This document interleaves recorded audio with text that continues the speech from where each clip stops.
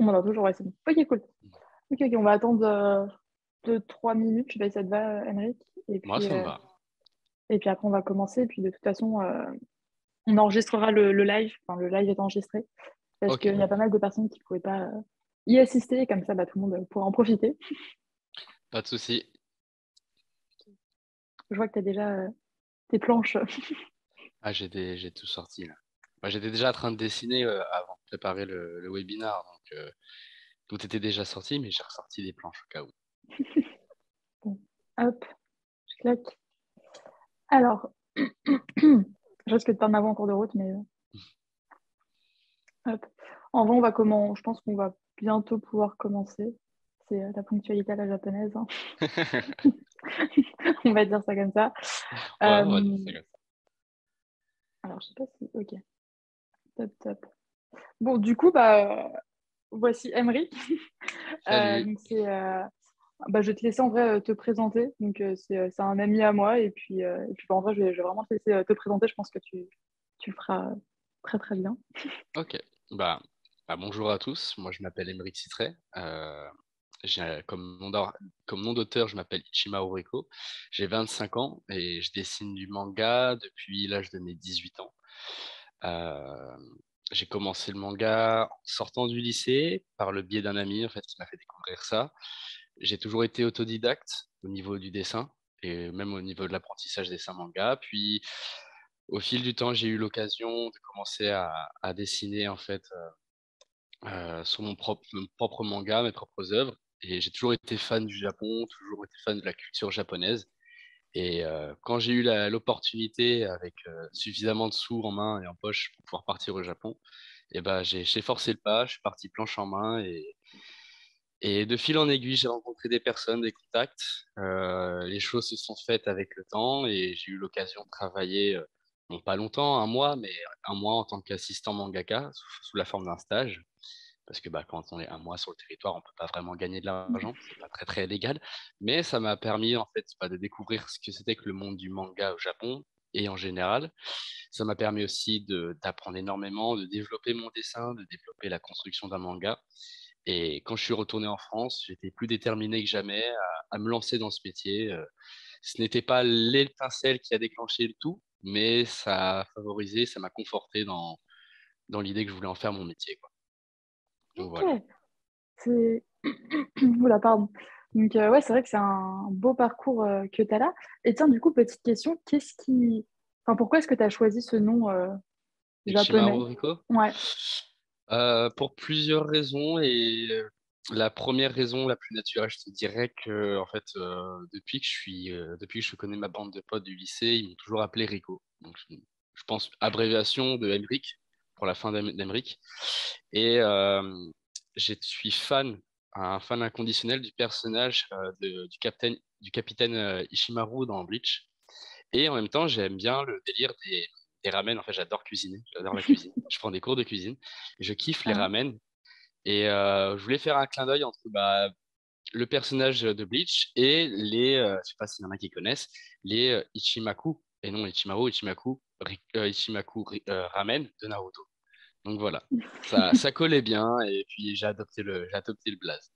Et la deuxième raison, c'est pour avoir un titre d'auteur qui n'est pas forcément mon prénom et mon nom de famille, et pour que ça soit une petite stratégie, on va dire, au niveau des éditions japonaises.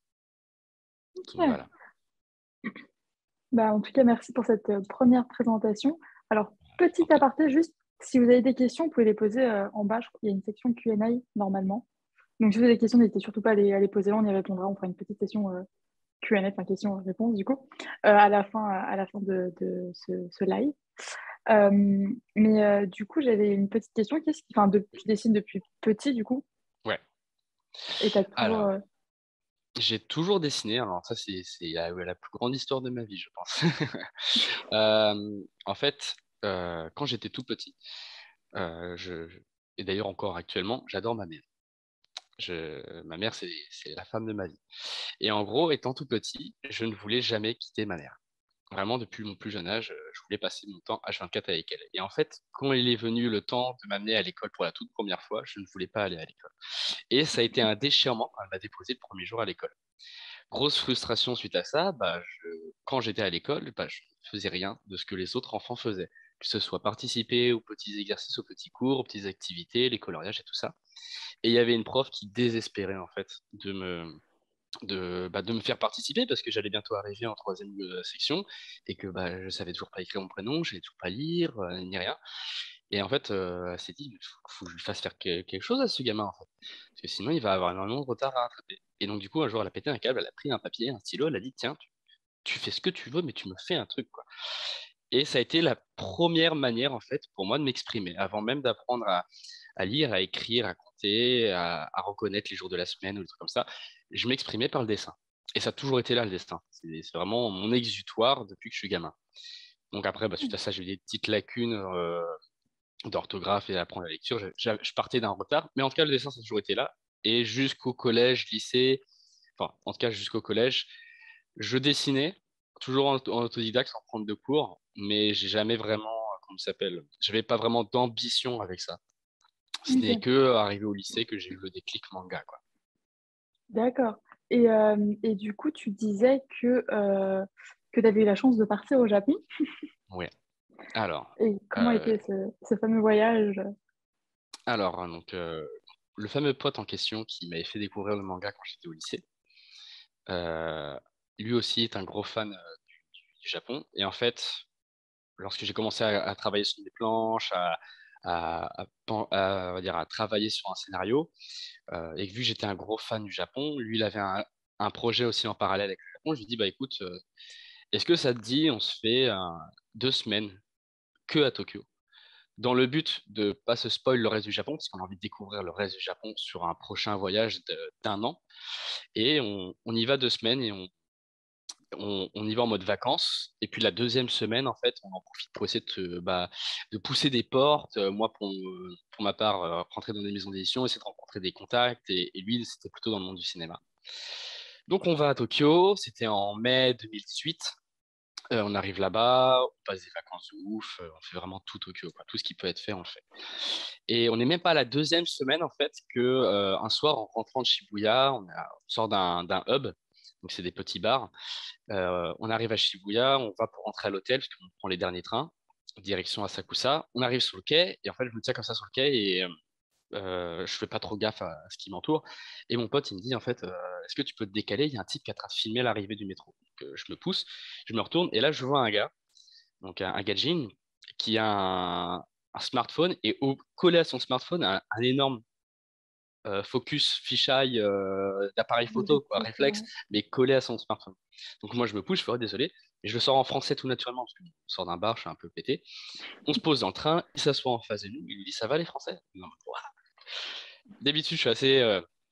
j'aime pas trop rencontrer d'autres Français quand je suis dans un pays étranger, mais là, ça s'y prêtait bien. Donc, on a discuté, on échange. Il nous demande ce qu'on fait là, on lui dit qu'on est pour les vacances. Il nous demande ce qu'on fait dans la vie, on commence à lui raconter. Et là, les gars, ils tombent sur le cul, il me dit, mais les gars, je crois que je crois pas forcément au destin, mais c'est quand même un gros hasard qu'on se rend compte parce que moi, je suis directeur de la photographie chez Stardix Studio. Je travaille en collaboration avec Netflix. Demain, j'ai un shooting à Yokohama. Est-ce que ça vous dit de venir? Là, avec mon pote, on tombe des nues. Et genre, what the fuck? Genre, on n'a même pas commencé à chercher, en fait. On n'est même pas dans la deuxième semaine que déjà, ça ouais. nous tombe dessus. On rentre à l'hôtel, on est comme ça, oh, c'est un truc de ouf, c'est un truc de ouf.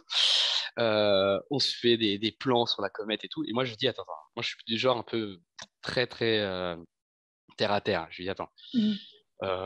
on n'est rien de ce gars, c'est un gadget, il est expat, ça se trouve, il va nous demander de la thune ou quoi. On y va dans le sens, on n'attend rien. Comme ça, s'il se passe rien, et ben, on n'est pas déçu. S'il se passe quelque chose, tant mieux. Et auquel cas, si ça, il se passe rien, et ben, au moins on aura découvert Yokohama, on sera sorti un peu du cercle Tokyo, quoi. Et il nous avait dit, oui, vous allez voir, Yokohama, c'est très mignon, c'est une petite ville. La petite ville a fait la taille de Paris. C'est à 20 minutes de Tokyo. Donc on arrive là-bas, on va au port des ferries à Yokohama, donc c'est un bâtiment architectural assez stylé, tout en bois. Et là, on se retrouve dans une sorte de bar est fréquenté par beaucoup de monde et c'est hors de prix. Et le mec, il nous a tout payé. C'est-à-dire l'aller-retour, l'aller et retour, le taxi, la totale. On a passé la soirée avec lui. Et on discute, on discute. Moi, je lui montre un peu mes planches. Je n'avais pas emporté toutes mes planches. J'avais pris quelques photos, aussi son bigot. J'avais mon compte Insta à l'époque qui était vachement en fait rempli de storyboards, de croquis, trucs comme ça. Et là, le gars, il dit, mais qu'est-ce que tu fais en France en fait? Je lui dis, bah, C'est là. c'est le hasard, quoi. C'est comme ça, j'ai pas le choix. Et il me dit, écoute, ce serait vraiment bien qu'on puisse travailler ensemble, il faudrait qu'on reste en contact. Tiens, chope mon Line. Donc, pour ceux qui savent pas ce que c'est que Line, c'est l'équivalent du WhatsApp ou Messenger japonais.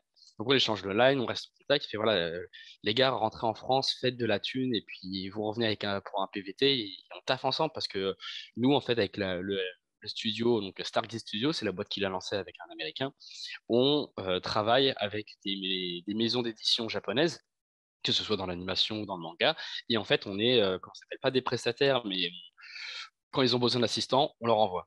Et en échange, on travaille avec eux. Donc en fait, c'est une sorte ils font le pont en fait entre les maisons.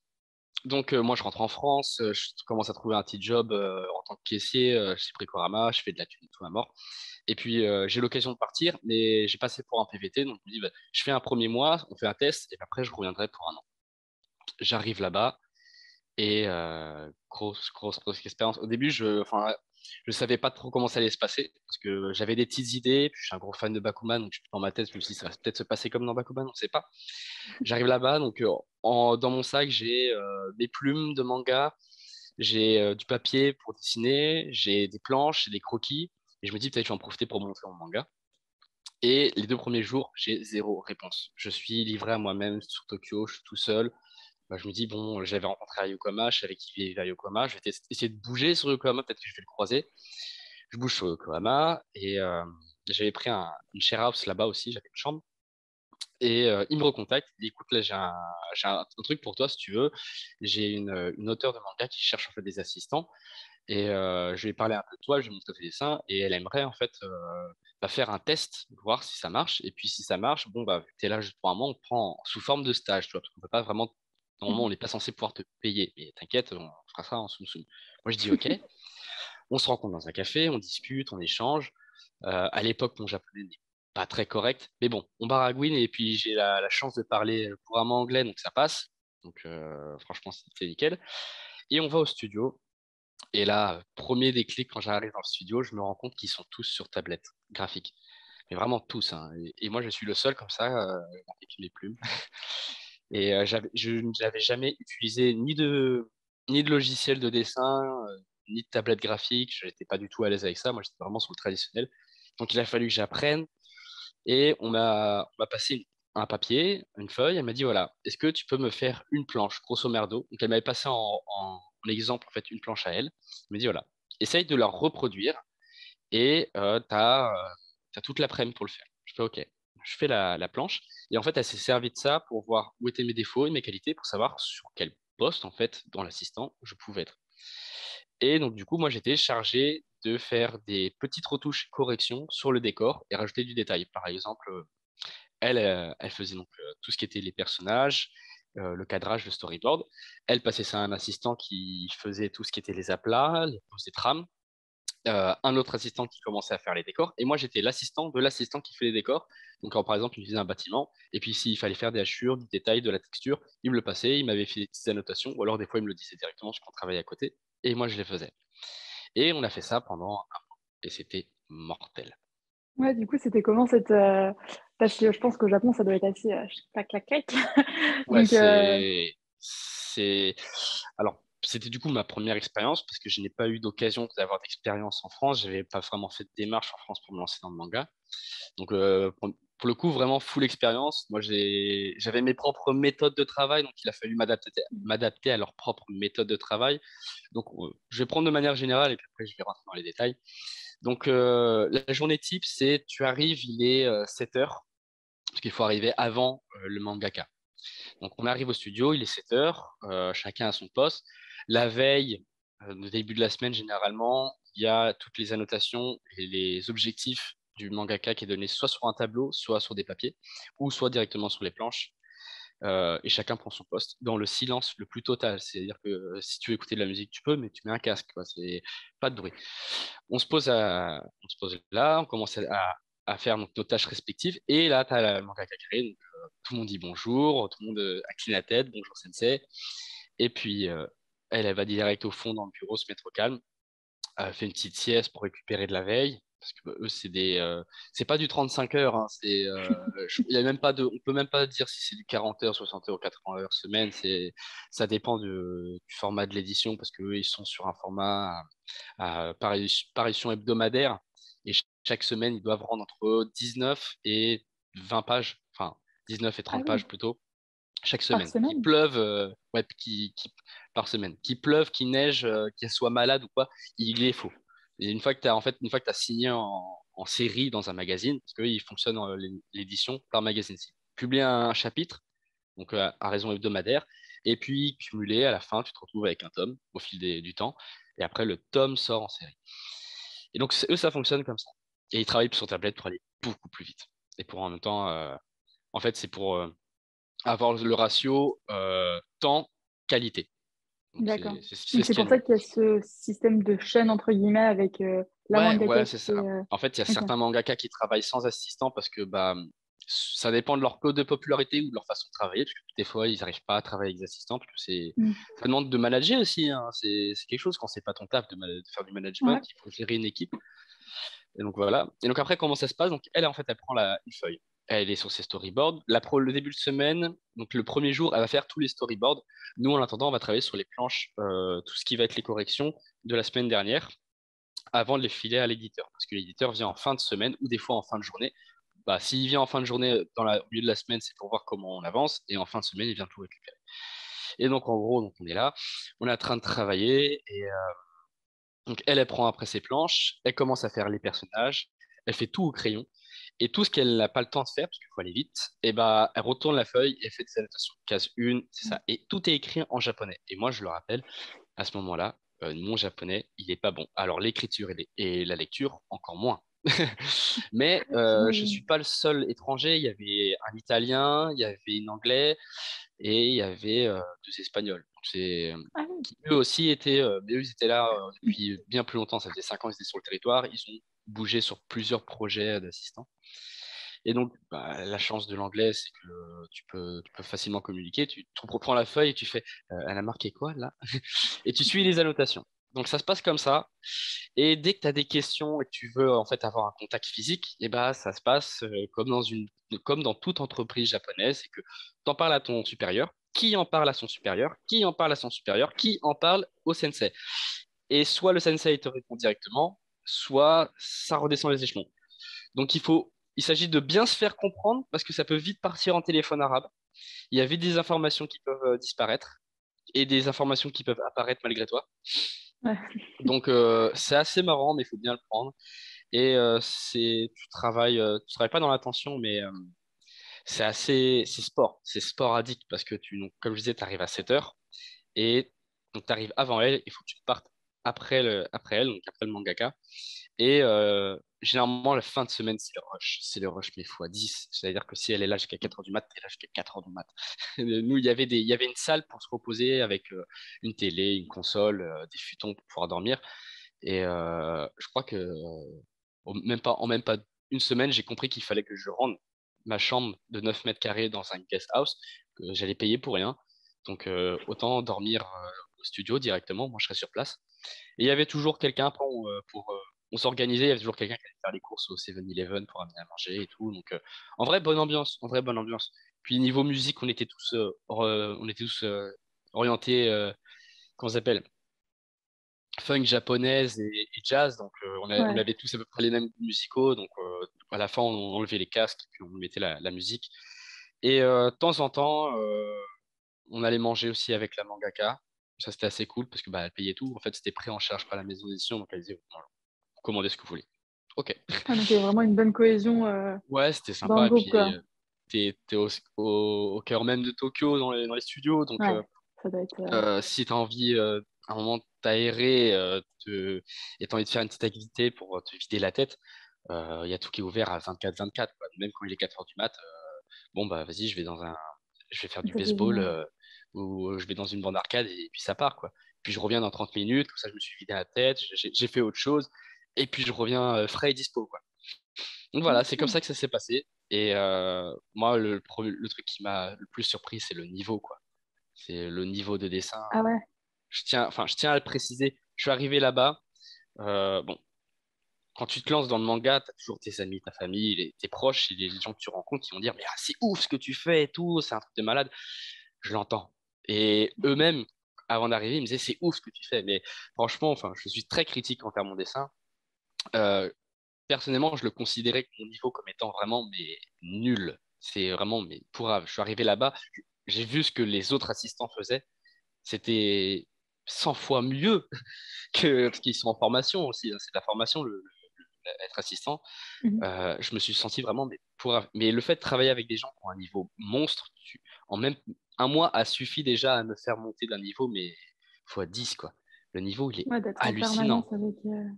Ouais, ouais. Bah, en fait, tu apprends des techniques, on va dire, malgré toi, parce que tu vois des gens qui utilisent des trucs, tu te dis, mais ils utilisent certains outils, tu te fais, ah, putain, mais j'avais pas pensé à faire ça comme ça. Ah, c'est cette technique que tu fais pour tes storyboards. Ok, mais c'est mortel. Et tu apprends vite. Et le fait de voir des gens dessiner avec un haut niveau, ça te donne cette envie aussi de challenge, de Mhm. faire pareil, d'avoir un niveau aussi qui frôle l'excellence. Et du coup, tu travailles d'arrache-pied, parce que c'est le métier qui veut ça aussi, c'est un métier passion, donc c'est soit tu te lances à 400%, soit tu te lances pas du tout. Ouais. Donc, Et du coup, ouais, c'est vrai que j'avais entendu dire que le niveau au Japon, c'était vraiment quelque chose, quoi. ouais, Mais c'est du mortel. coup, genre, vu que tu as eu la chance de vivre cette expérience au Japon et bah, tu habites en France, quelle serait la différence, on va dire, entre bah, la France et le Japon? Pour Bah, toi. en premier lieu, en tant que dessinateur, je dirais le niveau. Ça, c'est le premier truc qui me vient à l'esprit. C'est le Mhm. niveau de dessin. Il est monstre. Il y a du très très bon niveau, attention, en France hein, et en Europe. Ça, on le voit sur les réseaux sociaux. Je suis pas mal d'artistes. Il y a du très très bon niveau. Mais il n'y a pas à chier. Le niveau au Japon, il est. Nous, on est là, je dirais. Eux, ils cravent le plafond. Après, voilà, c'est le pays où c'est né, ils vivent de Mhm. ça, ils connaissent ça depuis qu'ils sont gamins.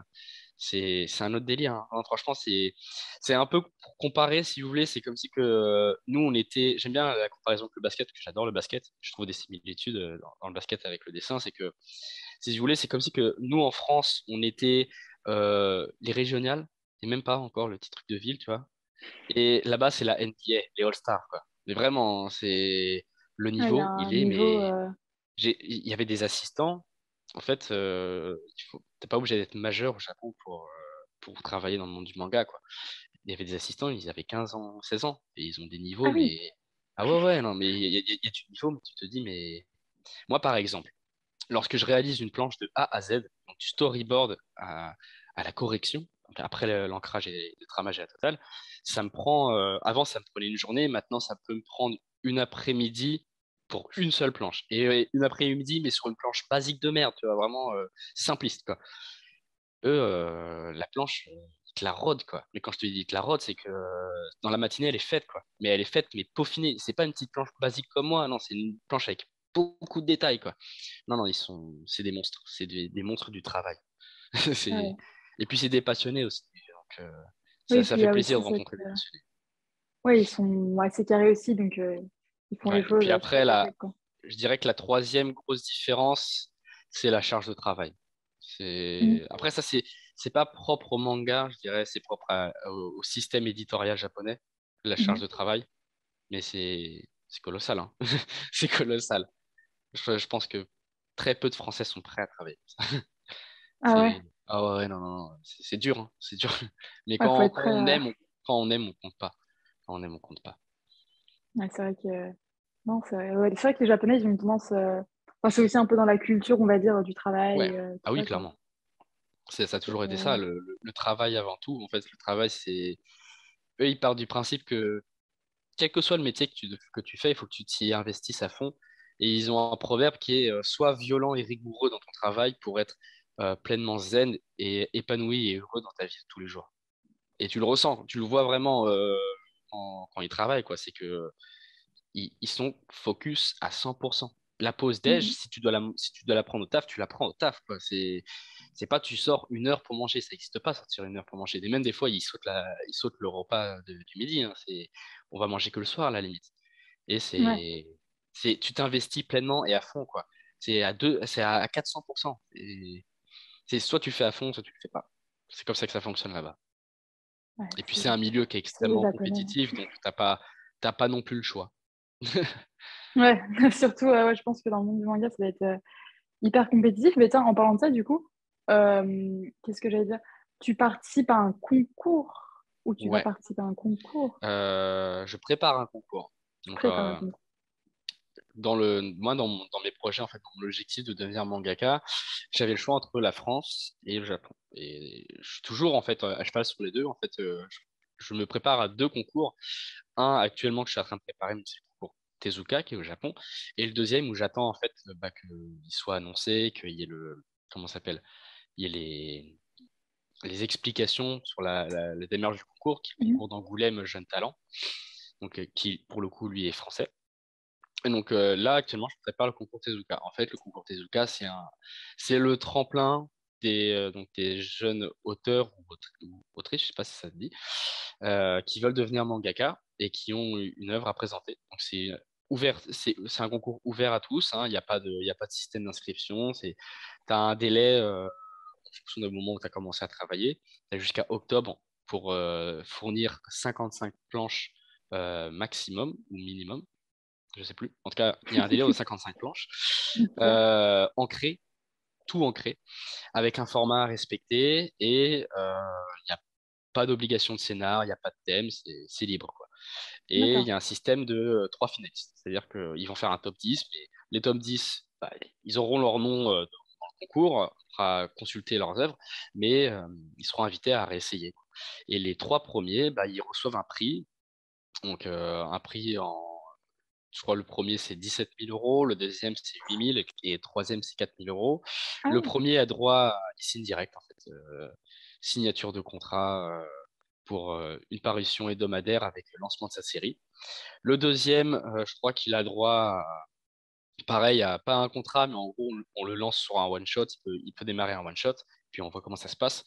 Et le troisième, il a juste le suivi, et du coup, le prix avec le chèque, et il a sa parution dans un magazine. Parce que je crois que pour Tezuka, il travaille aussi en collab avec la Shueisha, donc du coup, le Weekly Shonen Jump, donc ça paraît aussi là-dedans. Et c'est vraiment le concours papa du manga. C'est le top 1. La plupart des gros mangaka qu'on connaît actuellement, que ce soit l'auteur de One Piece ou autre, sont passés par là, sont passés par ce concours pour être édités, quoi. Donc en gros, c'est le concours où c'est le challenge. Tu te dis, si tu tapes là-dedans, bah, si ça marche à l'international, ça marche au Japon, et puis ça a été lancé, quoi. ouais, t'es parti, quoi. C'est la voie directe, en fait. C'est la voie directe si ça marche. Et en même temps, si ça marche pas, c'est pas très grave non plus parce que bah, ton nom il revient, parce que c'est comme ça que ça fonctionne dans le métier, que ce soit en Mhm. France ou au Japon. Il faut se faire un nom. Ça marche avec les concours, ça marche avec les systèmes de parution hebdomadaire où tu proposes un one shot. Et le fait de revenir souvent, ton nom il revient, ça fait écho aux oreilles des éditeurs, écho aux oreilles des autres auteurs et tout. Et c'est comme ça que tu te fais un nom, quoi, une notoriété et une fanbase. Donc toi, ce serait au nom de, du coup, Itimaru Et Rico. Chimaru Rico, exactement. Donc il faudra bien retenir ce nom. Ouais, voilà. On espère que vous le verrez en octobre. Bah, j'espère aussi. Du coup, Ah, là, les t'es en train de résultats bosser. sont, les résultats sont en janvier. Donc ouais, là, je suis en train de bosser sur mon manga. Donc au préalable, j'avais déjà depuis longtemps travaillé sur mon manga, j'avais fait des tonnes de pages et tout. Et en fait, là, je suis en train de le reformater pour en faire une version pilote. Parce que le but, en fait, si ça marche, si t'es, on va dire, t'es sélectionné, t'es dans le top 3 ou dans même tes premiers, ouais, admettons, et que tu dois lancer une série, et ben il faut que tu pars du principe que ton manga, en fait, il commence et se termine en 55 pages, mais tu as un cliffhanger à la fin qui fait que si ça fonctionne, et ben, tu peux démarrer sur une série. Et en même temps, je le travaille en pilote de façon à pas trop spoil le scénario, de façon à ce que bah, s'il n'est pas reçu, je peux revenir avec un autre pilote qui va parler d'un autre personnage, mais dans le même univers, sans qu'on me dise, bah non, en fait, tu as déjà proposé cette œuvre, donc c'est mort, en fait. Parce qu'au Japon, le système éditorial veut que, enfin, pour les maisons d'édition, tu ne peux pas présenter quelque chose qui a déjà été publié. Et d'ailleurs, c'est la règle numéro 1 du concours Tezuka, c'est que tu ne peux pas présenter une œuvre que tu as déjà publié ailleurs. Et d'ailleurs, ils vérifient, hein, c'est un nom direct en fait. Tu n'as même pas de retour. C'est Dès qu'ils vont voir que tu as publié ailleurs, c'est ah bah non, t'es pas inscrit. On Ah oui, t'es pas retenu. Ouais. Ah non, en fait ils fonctionnent comme ça, c'est le droit à l'exclusivité sur la parution d'œuvres. d'accord. C'est vraiment pour on va dire maximiser parce que c'est un business quoi. Il y a vraiment deux mondes, il y a le monde artistique manga, des mangaka et il y a le monde de l'édition. L'un c'est un business, l'autre c'est un métier passion quoi. Mhm. Les deux sont amenés à travailler ensemble forcément, Ouais, mais le monde de l'édition japonaise c'est carré quoi. ouais, c'est carré, quoi. C'est très Et carré.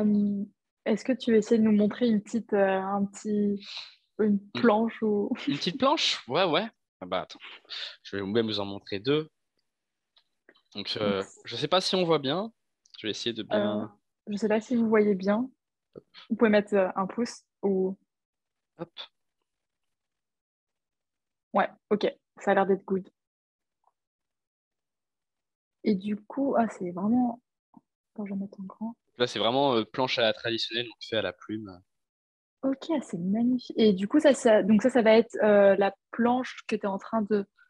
Non, non, du tout, du tout, du tout. Ça, c'était des planches d'avant. D'accord. Donc là, je suis au stade où je suis en train de faire comment ça s'appelle, tout le storyboard. Et après le storyboard, je vais m'attaquer à l'étape du crayonné. Donc, c'est la mise au propre du storyboard. D'accord, donc là, c'est le storyboard. Là où j'en Non, suis, donc c'est ça. En gros, c'est j'ai ça. réalisé tout ça en storyboard. Je vais vous montrer à quoi ça ressemble. Ça, c'est le storyboard officiel. Donc, en fait, je travaille mon storyboard en double page pour la pagination, pour garder une forme de cohérence. Donc, il va y avoir à chaque fois la page de droite, la page de gauche, et je le travaille Ok, H24 comme ça, hein. Et à partir d'accord. de ça, après, je vais prendre une partie et je vais travailler le crayonné. D'accord, donc le crayonné, c'est tout mettre au propre. Enfin, Exactement. ok. En fait, le storyboard, c'est ce que j'appellerais le squelette du manga. C'est Mhm. la préface. C'est pour avoir une idée à la fois ce à quoi ça va ressembler et aussi des textes. Donc en gros, si tu veux, tu vas, pour faire ton storyboard, tu vas travailler la pagination, donc page de droite, page de gauche. Tu Mhm. vas travailler le découpage, donc le nombre de lignes de cases, la forme des cases, si ça va être dynamique, large, est-ce que c'est des scènes d'action, est-ce que c'est des scènes de dialogue, est-ce que c'est des scènes contemplatives. Tu vas travailler aussi ce que j'appelle la composition, donc c'est la mise en scène en fait, donc les points de vue, les personnages. Généralement, tu n'es pas obligé de le travailler très détaillé, il faut que ça aille vite, hein, un storyboard, hein. Vraiment, Mhm. faut que normalement, quand tu commences sur un projet, en une semaine, il faut que tu aies fini tes storyboards, quoi. Grand max, vraiment grand max, hein. Ok. Le mieux, c'est Et de les toi, faire sous les 3 premiers jours. tu les détailles pas mal ou... Ouais, moi, en fait, je les détaille pas mal parce que la plupart du temps, je me sers comment ça s'appelle, de mes storyboards comment ça s'appelle, comme témoin de fond pour travailler directement dessus. C'est-à-dire que je vais faire mon D'accord. storyboard, je vais le scanner, l'imprimer le format que je veux. Donc, si Mhm. je travaille sur du format A3, j'imprime en format A3. Si c'est du format A4, je le fais imprime sur du format A4. Et j'utilise une tablette lumineuse, donc je le mets derrière, et c'est mon squelette. Je peux après travailler comment ça s'appelle, mon crayonné à partir directement de mon storyboard. J'ai pas à le redessiner de A à Z. Je m'en sers vraiment comme de base, en fait. Ce qui fait que je conserve toujours un original sans Mhm. toucher au storyboard directement. Et si jamais c'est pas bon, des fois je rajoute des corrections. Ça peut arriver que je refais entre 10 et 15 fois un storyboard, quoi. Parce que il y a toujours un Ok. truc qui va pas ou quoi. Et puis même des fois, tu arrives, tu as fait tous tes storyboards, tu relis tout, tu as commencé ton crayonné, et puis il y a un truc qui bloque. Ça arrive des fois. Tu es là, ça bloque, et tu reprends. Et tu repars pas à zéro, mais tu repars sur cette page-là. Donc Mhm. après le storyboard, donc, je passe au crayonné. Après le crayonné, je fais l'étape du gommage, c'est-à-dire que je vais enlever tous les traits en trop que j'ai fait, que je veux pas garder. L'avantage de ma technique, où en gros j'utilise mon storyboard comme squelette pour faire mon crayonné, c'est que généralement, j'ai quasiment pas à faire la technique du gommage, parce que j'ai déjà mes Mhm. traits de construction sur mon storyboard, donc il n'y en aura pas sur mon crayonné. Et une fois que donc, j'ai fait le gommage, le crayonné, là, je commence à faire l'ancrage. Donc, généralement, je commence par les cases pour délimiter ma zone de travail. D'accord. Ensuite, je fais les personnages et je fais vraiment les contours, les traits principaux. Une fois que j'ai fait les cases, les personnages, je fais le contour des bulles. Et puis après, je fais les aplats personnages, Mhm. aplats des effets. S'il y a des kanji et des kanas, je les colorie en noir. Donc les aplats. Et après, je fais le décor en fond. Donc le décor, je travaille pareil avec la tablette lumineuse. Je vais chercher un décor dont j'ai besoin. Je le dessine, puis je le mets juste en dessous de ma feuille et je le reporte directement sur mon crayonné. Donc soit je le dessine directement, soit sinon si je suis un peu en mode rush, j'ai pas le temps, je encre directement le décor avec une plume différente pour qu'il y ait un contraste sur le trait, pour bien séparer le personnage du décor. Et puis après, une fois que j'ai fait ça, je fais la pose des trames. Donc, les trames, c'est un peu comme des petits stickers. C'est un peu Mhm. comme des autocollants, mais en fait, c'est un calque donc, transparent avec des textures dessus que tu vas poser sur ta D'accord. planche. Tu vas les frotter avec cet outil-là. Il y a une sorte de racleuse, en fait. Et en gros, c'est thermo-chauffant. C'est-à-dire que en frottant, ça va faire de la chaleur, ça va se coller à la feuille. Avec un cutter, tu découpes la zone que tu veux pas, tu grattes sur le calque directement si tu veux enlever de la matière, faire des effets, des côtés brillants, Mhm. quoi. Et une fois que j'ai fait tout ça, là après, je fais ce qu'on appelle les blancs, c'est la correction. Je vais vers les endroits où j'étais passé, rajouter Ouais, des donc, effets aussi avec le blanc. Et après, je scanne. Je travaille la colorimétrie pour refaire sortir le noir opaque de l'encre sur la tablette graphique. Et là, j'ajoute les textes et la correction. Et s'il y a des effets que j'ai pas en trame ou des effets que j'arrive pas à reproduire mhm. avec la plume ou en dessin, je les rajoute par tablette graphique. Et en même Ouais, temps, donc, j'enlève, je repasse sur le blanc que j'ai fait pour pas que ça se voit sur la ah oui, plage. c'est tout un travail, on dirait pas, mais Ah il y ouais, a ouais, non, il y a c'est toute un une travail technique. d'orfèvre. Et après, quand t'as pas De... d'assistant, tu fais tout de Oui, A bah à oui, Z. Donc, t'as ouais, pas le... c'est assez long. Et Mais on ne compte pas le temps. c'est ça, et surtout que bah, c'est une passion, Ouais. donc c'est cool. Et puis, et du coup, en parlant de dessin, pour ceux que ça intéresse, si je puis dire, comment dire, Emric sera en fait, donc je vais lancer un cours de dessin, un stage de dessin avec le centre culturel. Et donc, c'est notre cher Emric qui sera bah, votre prof de dessin. Alors, donc, ouais, alors ça aura lieu donc début juillet. Donc, je vais vous montrer ça rapidement. Donc, je vous enverrai le lien, enfin, je vous mettrai le lien dans la bio Insta et je vous l'enverrai aussi bah, là dans le chat. Et le stage aura lieu donc début juillet, donc ça va vraiment être un stage donc, de dessin manga orienté un peu plus vers le manga, donc vous verrez les différentes techniques. Et donc, bien évidemment, excusez-moi, j'ai une petite trempe au pied. Donc, les premiers inscrits, euh, donc c'est vrai qu'il y a les places sont limitées parce que bah, on a pour l'instant Emric et il peut pas non plus être partout à la fois. Donc, les places seront limitées. Donc, premier arrivé, premier servi, si je puis dire. Donc, je vais vous mettre le lien, je vais vous mettre le lien tout de suite sur, dans le chat, comme ça, encore une fois, premier arrivé, premier inscrit. Hein. Donc, je vous mets ça de suite. Hop. Donc voilà, je vous laisserai aller checker et voir tout ça. Donc, tac, vous avez dit ça. Et là, on a notre cher Emric qui donnera donc les cours. Hop, hop, hop. Donc, je clac, clac, clac. Alors, comment est-ce qu'on arrête ça? Donc voilà, ok. Les emails et la technologie, c'est pas encore trop ça. Donc voilà, donc c'était un petit aparté. Et après, je ne sais pas si Emric, tu vas rajouter des choses. Il y a quelques questions dans le Q&A, Ouais. donc on peut peut-être passer à la partie questions. Ouais, carrément, ouais, carrément. La Ça part sur les questions. première question, alors c'est quoi le nom ou pseudo de l'artiste? Bah du coup, Ichimaru je vais, Riko. ouais, je vais le taper du coup. Alors c'est ICHI Ouais. MARO M-A-R-U. U M-A-R-u. Ichimaru. Ah oui, Et Rico. Riko en Tao. féminin, donc R-I-K-O. Ok, Ichimaru Rico. Hop là.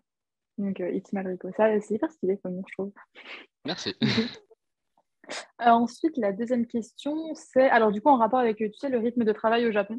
Ouais, Est-ce que ça n'a pas une incidence sur la santé? C'est une très très bonne question, ça. bah Je me si, posais la question. forcément. Alors, Mais tu sais, même quand tu es aspirant mangaka, enfin moi, pour mon expérience personnelle, ça agit sur la santé parce que quand tu es mangaka, déjà, faut avoir conscience du choix.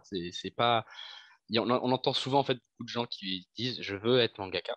Et c'est noble hein, d'avoir ce choix de vie, mais il faut vraiment prendre en compte en considération que ce soit avant d'être édité et encore plus quand tu l'es après, que ce soit en France ou au Japon, et encore plus au Japon, c'est tu dis au revoir à ta vie sociale, tes loisirs.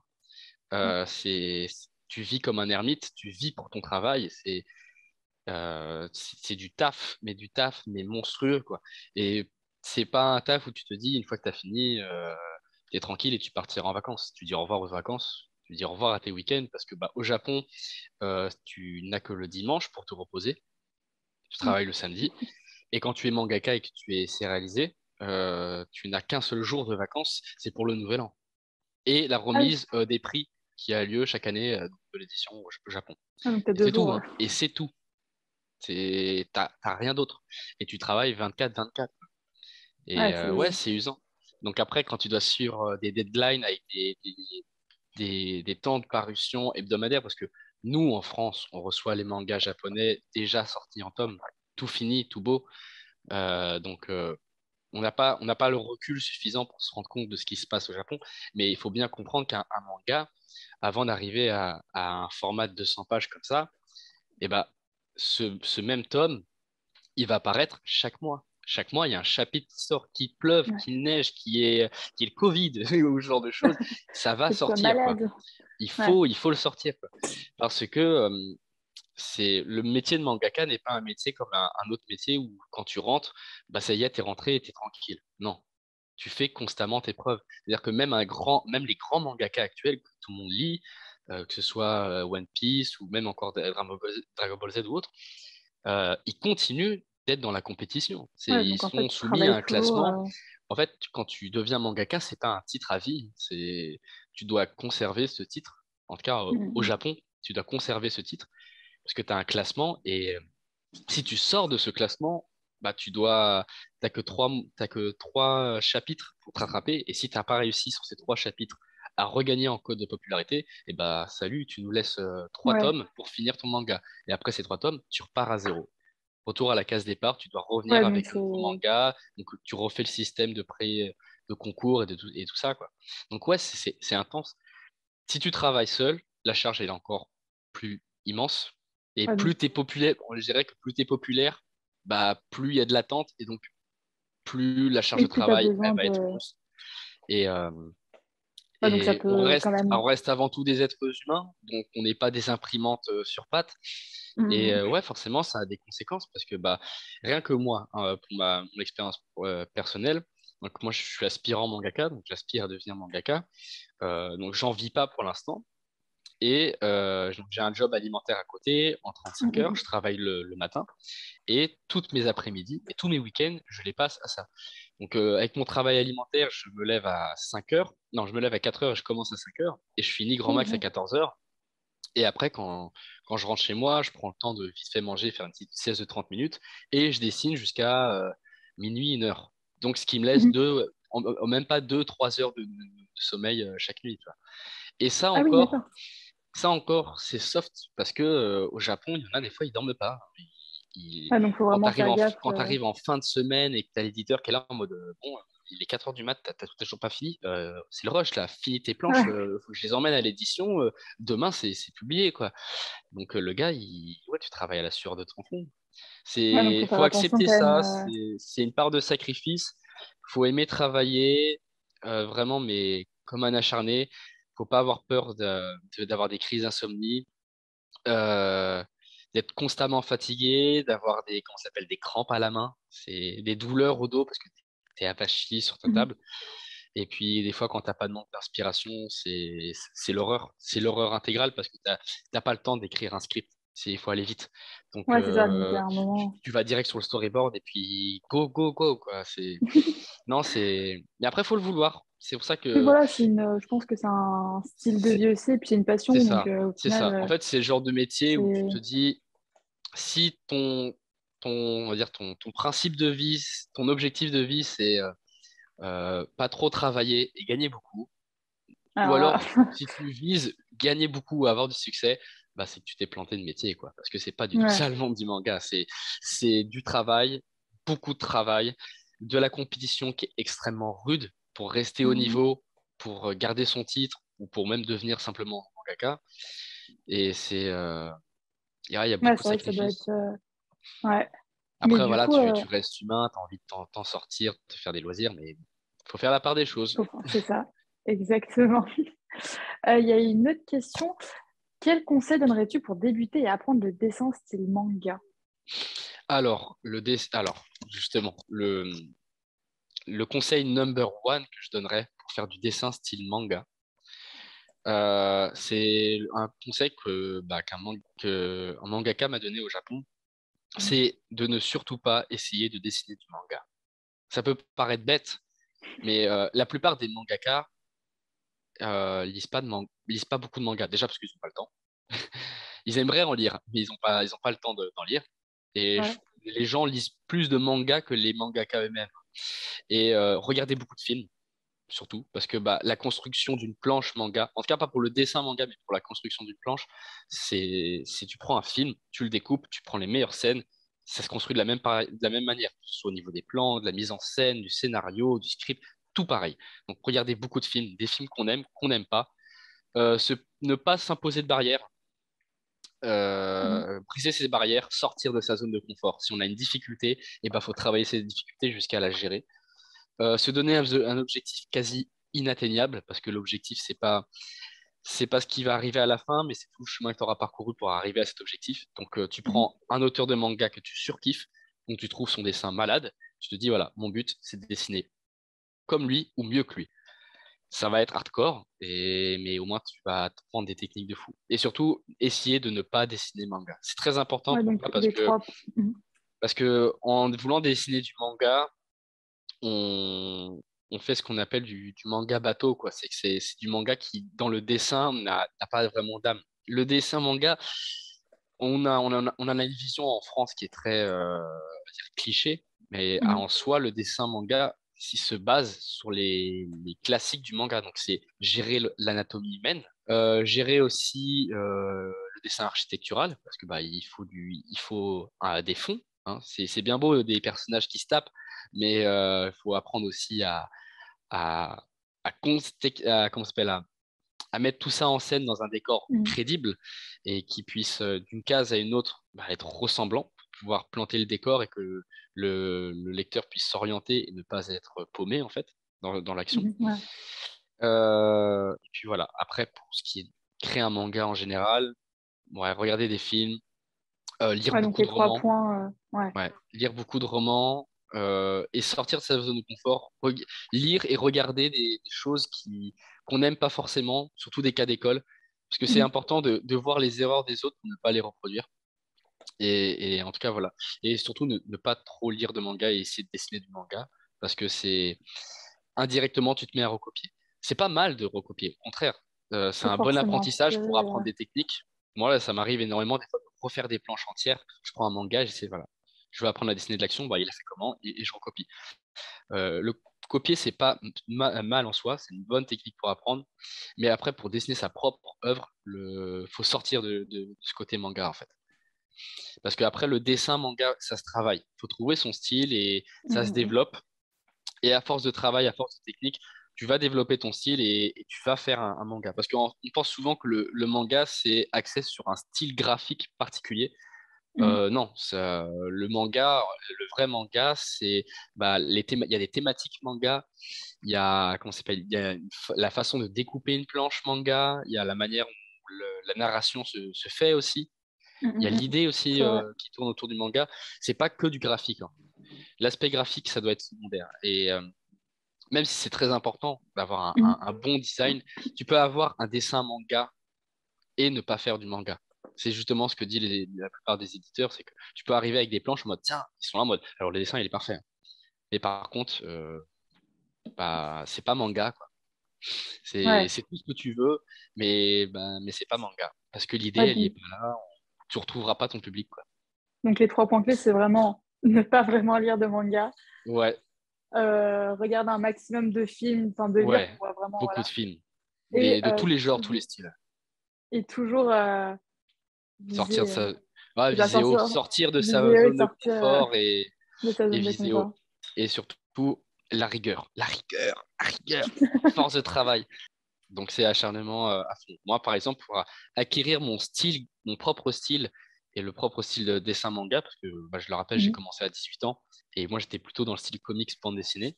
Donc, j'avais déjà des petites bases, mais pas du tout dans le monde du manga. J'ai eu, je dirais, la chance, oui et non, concours de circonstances. À l'époque où je me suis lancé, j'étais dans une période de ma vie où j'étais, comment ça s'appelle, j'avais plus d'études et j'avais Mhm. pas d'emploi, mais j'avais la chance d'être chez mes parents qui est un grand luxe.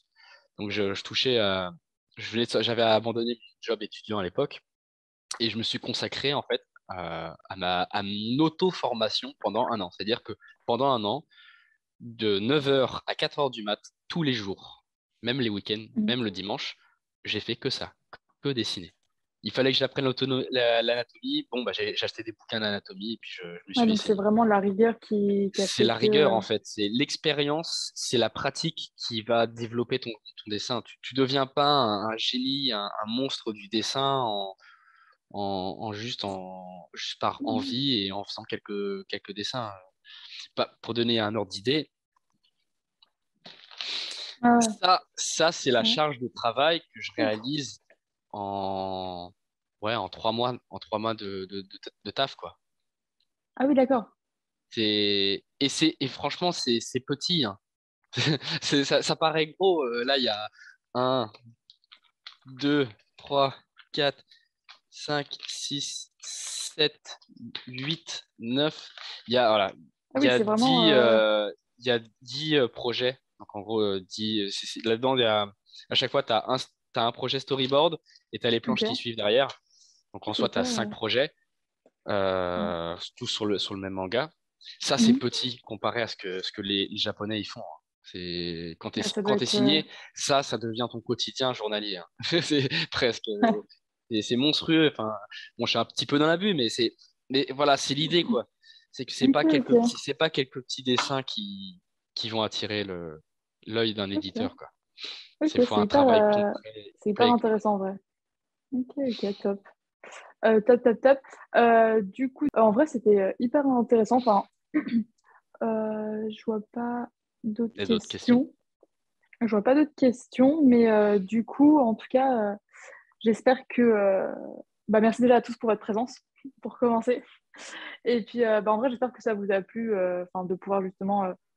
Et puis, pour ceux que ça intéresse, si je puis dire, j'ai lancé un Discord, du coup. Donc, on pourra se retrouver pour discuter, pour parler dessin, pour parler Japon, tout ce que vous voulez. Je vous mettrai le lien, je vous mettre le lien là dans le chat. Et puis, en vrai, j'ai hâte de tous vous rencontrer pendant les stages avec Emric. Si vous Ah, voulez de ouf. un sensei du tonnerre, ça peut être archi cool. Donc j'espère vraiment qu'on pourra se retrouver là-bas. Et puis en vrai, c'est vrai que quand j'ai lancé ce centre culturel, je voulais vraiment trouver une personne sympa pour faire ses cours de dessin. Et j'ai un peu spammé Emery pour, qu'il puisse. Parce que c'est vrai qu'il a vécu une expérience japonaise comme en tant que mangaka, assistant mangaka au Japon. Donc tout le monde n'a pas la chance de vivre cette expérience. Donc c'est vraiment pour ça que j'étais un peu spammée. Mais bon, il a fini par accepter. Donc comme quoi Ouais, ça. j'ai accepté. Et donc, bah, en tout cas, si vous voulez vous mettre au manga ou vous lancer ou même progresser, je sais pas, en tant que dessinateur et en apprendre plus sur le manga de manière générale et même démarrer le dessin, du coup, on se retrouve le 11 juillet, donc ça va être le premier jour de ce stage. Et puis, je sais pas si tu veux rajouter un petit truc. Enfin, en tout cas, moi, j'étais hyper contente d'avoir pu partager Plaisir tout ça. partagé. Plaisir Avec, partagé. ouais, c'était hyper intéressant. Genre, j'ai appris vraiment pas mal de choses. Je t'en prie. Donc c'était hyper cool. Et puis, j'en profite pour mettre le lien de notre cher petit Discord juste ici. Enfin, j'essaierai Et d'être puis, présent de temps en temps à certaines discussions Discord. Je ah serai bah pas ça tout peut le temps être, présent parce que j'ai quand même pas mal de choses à faire. Mais ouais, j'essaierai en tout cas de me pointer dans quelques Discord et puis ça peut aussi m'occuper pendant que je dessine, discuter. Donc ouais, voilà. carrément. Et puis bah en tout cas, il y a pas, enfin tout le monde te remercie, que, Mais je vous en enfin prie, c'était hyper merci à vous intéressant. aussi de m'avoir écouté et de votre Donc temps. ouais, bah du coup encore merci. Et puis j'espère que ça vous a plu et on va bientôt faire un live aussi sur, c'est pas du coup l'apprentissage du japonais. Donc si ça vous intéresse, restez Vas-y, je vais connectés comme m'accoster. on dit. Avec grand plaisir. Donc en tout cas, bah, tout le monde te remercie là. Donc, c'était super Merci intéressant. beaucoup. Merci. Donc, encore un grand, grand merci. Et puis, bah, on espère vous retrouver le 11 juillet avec bah, vos crayons, vos feuilles et puis Emery. Alors, je serai là avec les plumes, les crayons, les feuilles, les règles, la totale. Tout le nécessaire. Tout le Et nécessaire. puis, voilà, voilà quoi. Donc bah, je vais tous vous souhaiter une une bonne soirée. Bonne soirée, Et bonne fin encore merci à d'après-midi. vous d'être, bah, d'avoir participé au live. Et merci, un grand merci à toi, Emery. Je t'en Encore une prie, fois. Chitane. Matane, bonne soirée. Matane.